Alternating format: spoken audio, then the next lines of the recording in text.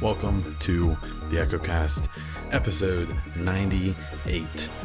The EchoCast is a podcast about The Division, the whole franchise, its community, news, speculation, and anything else I feel like talking about. I am Bon Diesel. I do Division things, but enough about me. Let's get right into it. Today we're going to talk about State of the Game 146, Division 2 weekly news, some media event clues, and quote-unquote leaks and such. Some community topics, maybe. I actually don't think I have any this week because the subreddit was dead. Some listener questions and content updates.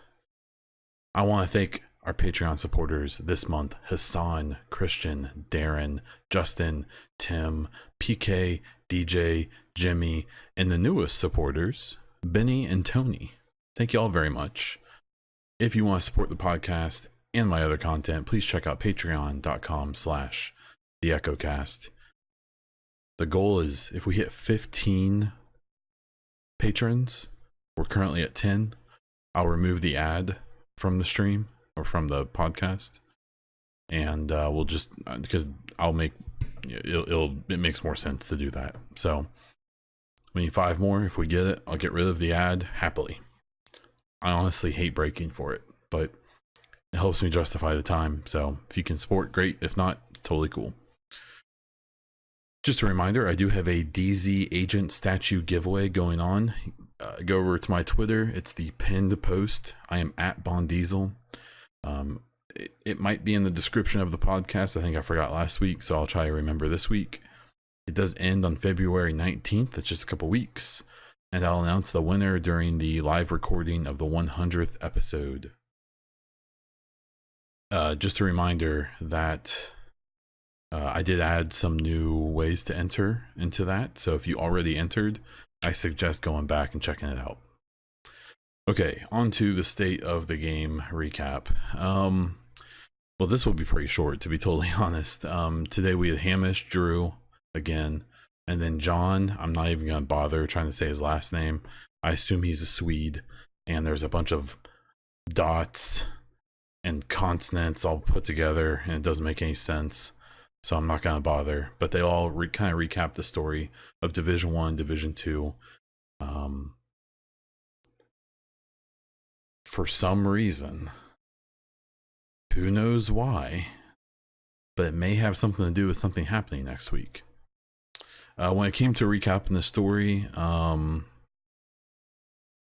not going to go through the whole thing, but basically it's talking about how Amherst started, he felt basically that the world was taking advantage of what it had. It was a disease that, that we need to thin out the population because it wasn't sustainable the way we were doing things. And through a series of resentment, and he was kind of known in his scientific community for these thoughts. So he took it upon himself to design a modified smallpox vaccine and release the dollar flu, as it became known, at the big mall, the Broadway Emporium, I believe is what we called it in Division 1. So it talked about how your first agent was part of a second wave of these kind of undercover governmental agents that were only supposed to be called upon by the president and report to the president in the event of a total catastrophe where all of the regular social and cultural and kind of systems have failed. The first wave was a small group of people who were activated, and it didn't work. Basically, it wasn't enough people. It just failed, and as we found out later, some of those agents turned and either went after their own desires or teamed up with other groups to do that. So at the end of Division 1, we find that Amherst is dead by his own virus, I think. On the tweets today, I think I messed up and said that Keener killed him. I don't think Keener killed him. But we do find that Keener has taken all of Amherst's information and his 3D printer that made the virus. And then we find out later that he also has Vitaly Chernenko, who is a Russian virologist that was in New York City for a conference. And he was in the Russian consulate mission where he was taken by the LMB, which is how I believe Keener acquired him, was through them. And then, we find out that Bliss is the big baddie. We know that the Rikers, Lorraine Barrett, we run into her at Lexington. And we have the Cleaners, Joe Farrow, who we run into, who's the kind of the crazies of all the factions. Honestly, they end up not really playing much of a role in the actual story, now if I think about it, but they were still these like kind of bad people we had to get rid of from New York City. And then at the end of Division 1, so Keener gets away with the 3D printer. He has Chernenko. We find out that there was a secret mission in Division 1 in the West Side Pier that you could actually, in hindsight, hinted and kind of told us that we would be going to DC next. And then Division 2 takes place, I believe it was 7 months later. They never really specify the agent that we play as, whether they're first wave or second wave. We find out from the novels and the comic that just because the first wave agents in New York City basically disappeared for various reasons, that there's no reason to believe that all of the first wave failed, and to consider that there were first wave agents in smaller cities and even more rural areas, and that likely made it. But then the second wave agents as well, all of them are called to DC when the Shade Network gets taken down for unknown reasons. For our agent that we play as, they are in a coastal city. I assume it's supposed to be in the Northeast, when the Shade Network goes down. And then that's our first hint at the Black Tusk. At the very end of that little beginning sequence, you see one of the Black Tusk hovercraft. And in Division 2, your agent shows up to DC with this call that's been sent out to everyone. And you find that the network is down. You assume it's one of the local factions.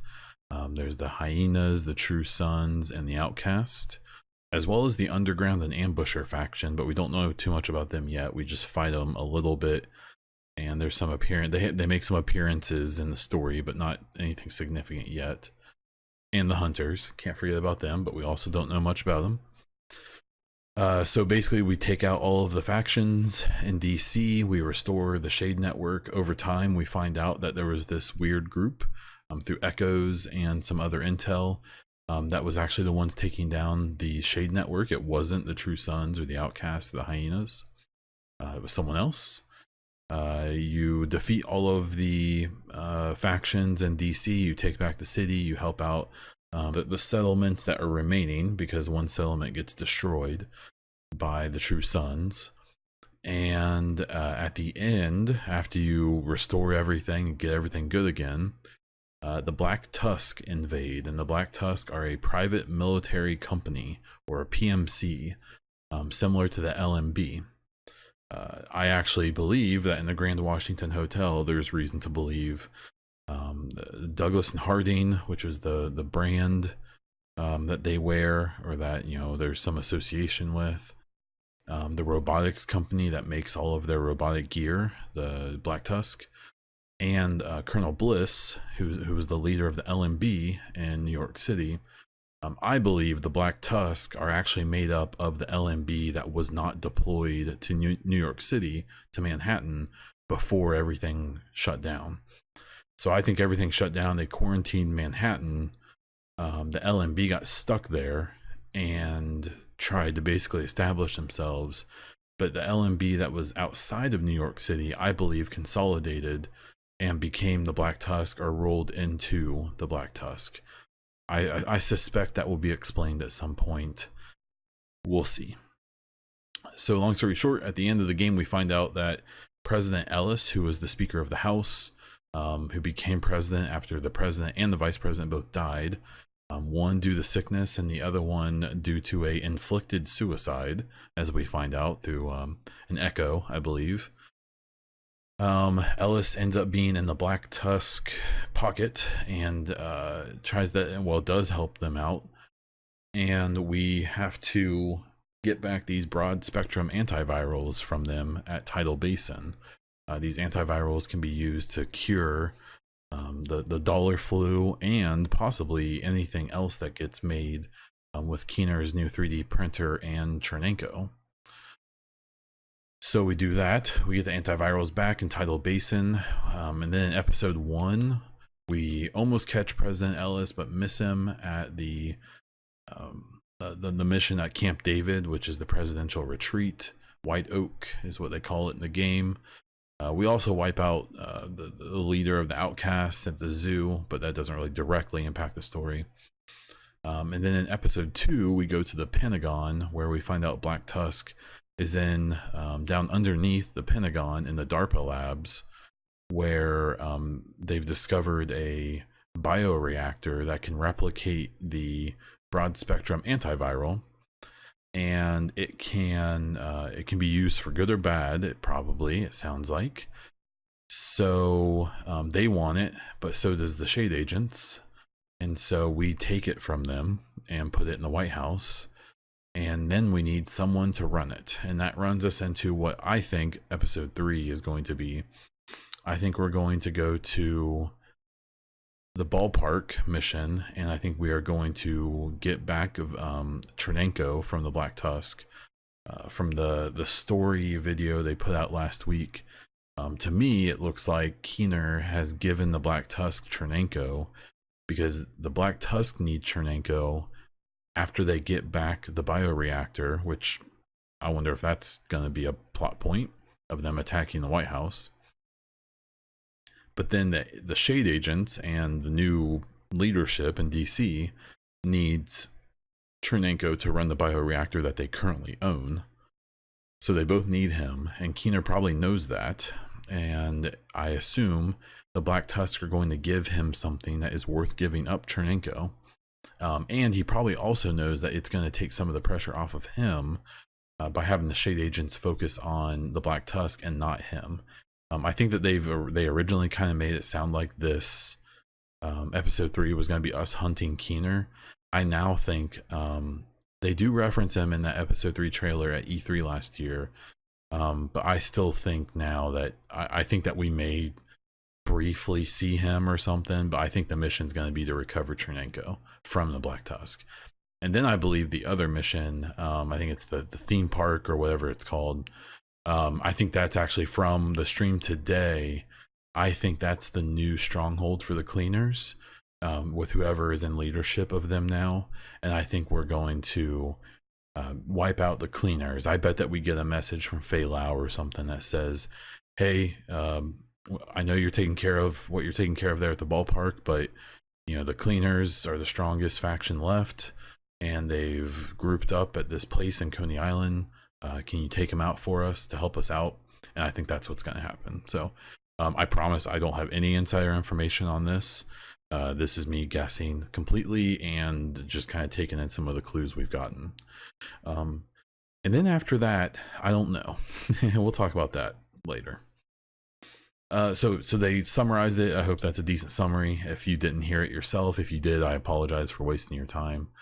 The other part of the stream is basically they didn't confirm when episode 3 is dropping, and we'll just go ahead and jump into that. So what I will say first is that they've basically said it's going to come out on the 11th, which is next Tuesday. And the reason I believe that is, one, some ETF people and others, and I think even some devs, have hinted to or sort of kind of confirmed that it's the 11th. I also think that from what they talked about, they said it won't be the last week of February. They said it will all be in February. So I take that as the early access and the full release will not be the last week, and it will be in February. And so the only way that that can happen is if the early access is on the 11th and it goes out for everyone on the 18th. So there's that. Any reason I think it's coming out next week other than that is purely speculation. Wink. That said, so I will say from my thoughts on the state of the game, it was fun to hear a recap on the story. I will say that I kind of thought we would get some really cool like insider, like, oh yeah, we were gonna do this, but then we decided to do that instead with the story, or like, oh yeah, we weren't able to put in a mission that explained that this happened, or oh yeah, we had this idea for this thing to happen, but we just didn't have time or never put it in. But instead, it was kind of like a general recollection of the story, but I think they were wrong about some stuff.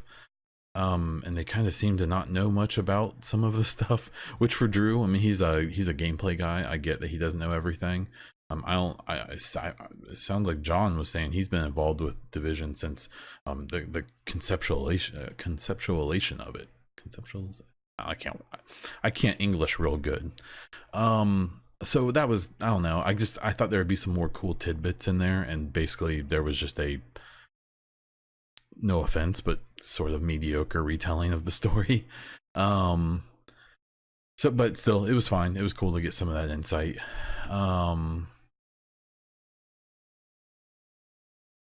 So there's been a bit of a hubbub about them not releasing the actual date, especially if it is going to be the 11th. So what I don't think a lot of people realize, and this is something that goes back to Division 1, like from day one, basically, is that I don't think people realize that Massive is a studio who is owned by Ubisoft, who's a multi-billion-dollar company. And what I mean by that is that it's a giant corporation. And I've worked for Verizon Wireless, and they're corporate. I have worked for GameStop as a manager, an assistant to a regional. And I have, not assistant directly, but long story short, I dealt with a regional manager a lot and learned a lot about that company. And what I don't think people realize is that, like, so this update that's coming, they obviously know what date, and they've probably known what date it's dropping for a while. So Massive, even though they make Division, they do everything Division, any tidbit of information they give out, especially before the game, like before it drops, is 1000% under the discretion of Ubisoft marketing or PR. This is where I'm a little ignorant, but it is up to Ubisoft what gets released. And even stupid stuff, even stuff that you would be like, no, why Ubisoft doesn't need to approve that. Anything that's released that isn't already known or released officially has to be approved. And it's been like this since the first game. Now let me make it very clear, I'm not defending this. I'll get into it, but they know the date that this is coming. It's going to be Tuesday, as far as I can tell. But for whatever reason, someone at Ubisoft has said, no, you aren't allowed to tell them that yet. Now, my most likely guess is that the PlayStation and Xbox approval systems or timelines can be long, and either my guess is that the patches they may have waited, because they probably want to work on it until the last minute, and then they submit it, and when they submit the patches and the new data for testing from both of the consoles, they probably know, like, okay, they're going to approve it by Monday, therefore we'll release it on Tuesday. But something may happen where they can't, so they don't want to get into a situation where they tell everyone that yes, it's the 11th, and then on the 10th they find out there's a game-breaking bug, and they can't send it out. So that's my guess, is that there's some type of uncertainty that could happen, that they don't want to deal with the crap show of telling people it's going to release out on a day and then it doesn't come out for longer. I think that happened in Division 1 a couple times. Now, on the other hand, it's kind of pained me, and through some personal conversations I've had and things like that, that like there's always more that Massive wants to tell us. They just aren't allowed because that's the way it works. What's frustrating for me is there's been multiple times, including last week, when, or even the announcement of Division 2 coming, when Ubisoft will put out trailers or press releases or other media early, which throws the community developers and everyone in the customer facing side under the bus, because now the surprise or whatever is ruined. And then they also keep these guys from giving us information that makes it look not transparent and kind of crappy. So I guess I'm just really frustrated at this point, like for the people at Massive, because I'm sure there's all kinds of cool stuff they'd love to tell us, but they aren't allowed. But they've also been undercut repeatedly by people at Ubisoft, whoever makes these decisions, with information coming out that shouldn't. And then even false information coming out from Ubisoft. Like Ubisoft Brazil announced that episode 3 was dropping on February 3rd. Well, it obviously didn't, but that was an official channel. Now, from what I can tell, Brazil has released information, both true and false, repeatedly. So that seems like they're just kind of a shit show, for a lack of a better term. So just from my experience, this is the perfect example of giant system bureaucracy, and both from a corporate side, I've seen it in corporations that I've worked for. Even in the small agency I work for now, I see it. Not as bad, but I see it. And I was a government worker for about 2 years, and it was just as bad, if not worse, than Verizon and GameStop there. So I've seen this, where there's like 5 different groups of people who all have to be on the same page and give permission or change things for people below them, but none of them talk. And then that's how this stuff happens. So someone makes the decision to drop a trailer on one day, and they don't tell anyone else, when another person could have said, no, don't do that, because it won't be till the next day that we're going to release that information. And then you have a trailer come out early, or an article about Division 2 being developed come out, 2 hours before they make the official announcement. Frustrating. So I mean, I get it. I don't blame people for being frustrated. But your beef should be with Ubisoft and not with Massive. Maybe you see them as one and the same. That's fine. It's an ignorant way to look at it, if you want my opinion. But all the power to you. You can do whatever you want. But if you really want to try to understand like why these things happen like this and how this stuff works, I suggest like looking into it and not just getting angry, because at least from what I've seen, most people are getting mad at the wrong people. I will try to give Ubisoft credit that they have some great wisdom for why they're so weird about this type of information. Like I said before, maybe it has something to do with approvals and things like that. I don't know, but what's annoying is I know that the Massive people want to be more transparent and give us way more information, and it seems like they're handcuffed pretty heavily by Ubisoft in that. And they can't say that because, it's their boss. So, yeah. So, I don't know, that's my take on that. If you don't agree with me, that's fine. But, okay. So, the other thing, so that state of the game, that was, that. I suspect that the next few state of the games are going to be very interesting. I think the fact that they couldn't tell us about them, as well as the other things I talked about, made it pretty clear that I think we're getting episode 3 on the 11th for early access, and we'll go from there.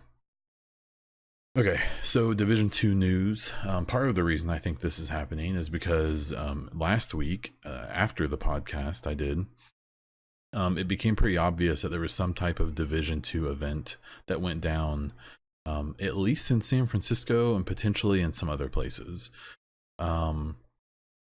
So there were some fairly prominent people who, because of some retweets from people that would only be Division associated, including like ETF members and so on. Paris from Gamertag Radio went to an event, and Fran from Kind of Funny went to an event, and people associated directly with Division 2 were kind of making notice of it. So it definitely seems like it was Division 2 related.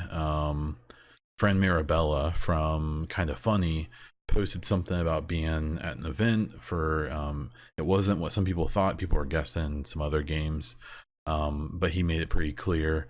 And then I actually made a post on the Kind of Funny Twitter, something I can't remember, to Greg, Game Over Greggy, which most people should know who he is, Greg Miller, saying like, hey, are you excited about what Fran got to see today? And he says, oh, that was yesterday. So he confirmed it. And if you don't know, Greg Miller is a huge, giant fan of Division. And then Paris from Gamertag Radio made it pretty suggestive and obvious that that's what it was in some capacity, without, totally making it too obvious. And he, what he made a comparison to of what he saw was the Taken King from Destiny 1. Now, I'm not a big Destiny fan, if you've heard me talk about it before, but what I do know is that Taken King was a turning point for Destiny as a franchise, not just Destiny 1 as a game. Taken King was, from what I can gather, an even bigger deal than the Forsaken DLC for Destiny 2, which kind of turned that game around. But I'm under the impression that Taken King was an even bigger turnaround. So to see someone who is a big fan, I mean, I believe Paris is quite the fan of Destiny, make that comparison was encouraging. There were also people there like MTashed. He's a guy who, when there's new Division content, he covers it. And honestly, when he's covering Division 2, in my opinion, he's the best creator that's covering Division 2. The problem is that there's been so little content over basically since the raid that he has had no reason to really cover it. But when he does, I think he's one of the best, especially from like a big creator perspective. A big problem that Division has is that it's got more than enough like small creators with, in my opinion, a fairly low level of sophistication. Some pretty mediocre, if not bad creators, including myself. Why not? But when there are big people who come in who give us some really high quality content for the game, I think it's a really good thing. Unfortunately, even when we had big creators on Division, they I don't think really represented the community very well, but we'll move on from that. So there was definitely some type of event. It seems like it was definitely Division 2 related. I don't think they would have done an event like that for episode 3. I think they may have done some capture sessions for episode 3, but I think that they did this event and brought these really big people in for more than just 2 missions. So whatever this Gear 2.0 update is, if it's being compared to Taken King, and they've already told us that there's content coming with Taken King, or Taken King, with the Gear 2.0, I'm starting to think that Gear 2.0 is just a small slice of what may be essentially a giant restart of the game. I don't really have any reason to believe that at this point, but it seems like if I want to deduce some things, that may be what we're looking at. So I'm excited. I wonder if all the secrecy and quietness means something. I've kind of suspected for a while, like I wonder if episode 3 is going to hint or somehow like insinuate what's coming next in year 2, or whatever's coming in the Gear 2.0 update, or I guess it's gonna be TU8, I assume, title update 8. And how soon it's gonna come, I think it's gonna be sooner than later. I know some people think it's not gonna be till like June or something. I don't think that's true, but we'll have to see. So I don't know.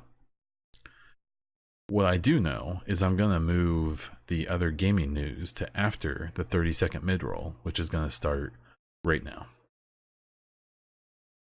Okay, in the other gaming news, I'm going to talk about the new consoles that are coming. So the first bit of information is that the mystery port on the Series X photos that have been leaked, it was originally thought that it was probably like a debugging port that they could plug the systems into a PC and then make like changes to maybe like adjust like the GPU, the CPU, and maybe try to dial in the systems to push them to their limit, but not too far, or to just collect data, temperatures and things like that. It's come out, and I believe essentially been confirmed that that actually is not one of those ports, that it's a proprietary M.2 storage add-on slot. So the new systems, both PlayStation and Xbox, are going to have M.2, probably NVMe storage solid state drives, which means that they're like in the current Xbox and PlayStations, there's a old school hard drive with a spinning disk that, you know, I think they're 5400 RPM ones, and they're slow. They're bad. They're in modern gaming, you shouldn't have one. Even on my fairly cheap PC, I have a 250 gig NVMe drive that has Escape from Tarkov and my operating system on it. And it's just the way games are now, and it is way better. My Windows starts up in like 10 seconds compared to the like couple minutes it used to take on a regular hard drive. So the fact that Xbox is adding a whole port where you can add essentially however big of an NVMe drive you can afford, that's awesome. What concerns me is that those drives are insanely expensive. So I'm wondering if they're going to have some type of deal where they can get the costs so low because they buy them at price, or they're just going to take a loss on them. Maybe I'm curious to how they're going to do that. But even like a 1 gig NVMe M.2 drive is not cheap. They're very expensive. Now, what this puts this in line with is the PlayStation 4 actually has the ability to replace the hard drive. And when solid state drives became cheap enough, people actually replaced their regular hard drives in their PlayStations with solid state drives. And I've seen people just rave about how much better it was. So that seems like it's something that's going to be a big deal. Both of the systems are bragging a lot about this load time thing. And I'm excited to see. I know a lot of people, especially with Xbox, don't really understand why anyone would want to upgrade. For me, it's going to be that all the games I currently play, it's going to play them the best they've ever been played. And then games that come out in the next few years, it's going to play them at their best possible fidelity. Obviously, I could play them on my PC. I really don't like messing with my PC that much. There's a reason I like console gaming, and just let me do my thing is what I'm going to say about that. There was also just a quick little bit of news about the PlayStation 5. The official website has opened. It doesn't have any information on it. It basically just says, stay tuned. There's a lot of rumors that they think that they may do some type of announcement fairly soon. But now I'm starting to see people say that maybe it might not be till April, even May. But they pretty much are, everyone's pretty sure that PlayStation 5 info is going to drop before E3, since they are not attending E3. And they know that Microsoft is probably going to try to basically dominate E3. So I would assume that a few weeks before, Sony is going to try to take the conversation and focus on themselves by throwing out all of their stuff. Something else that's interesting is that there's some thought right now that PlayStation may not announce the price of the PlayStation 5 until the Xbox releases their price. I think most people assume that both consoles are going to be $500. I've seen some hopeful people think that one or both of them will sell for $400. I've seen some more conservative people feel like they may sell for as much as $600. I think it's going to be $500. I think that Sony goes into this generation kind of cocky, and I think they'll be willing to be more expensive or the same price, even if the Xbox is able to tout some hardware superiority. But that's remain to be seen if that's actually going to be true. So my guess is they'll both be 500, but we'll have to wait and see. Okay, so what I will say is on the community topics is this happens every time. Basically, there's an update coming. It happened in Division 1, it's happened in Division 2. It happens with all kinds of games. But what I am going to say is that I think people should be very skeptical and be very curious about information you see when it comes to leaks and when it comes to like insider info. I think it's just a lot about looking at sources. If sources make themselves anonymous, or if people source information from their friends but won't say who their friends are, who basically what I'm addressing right now is that there's a creator who has made a video saying, hey, episode 3 is coming on the 18th, and here's a like a screenshot with information redacted of an email saying the 11th is not the release date and the 18th is, and here's an invitation to a private server where you can play the content early. It could all be true for all I know.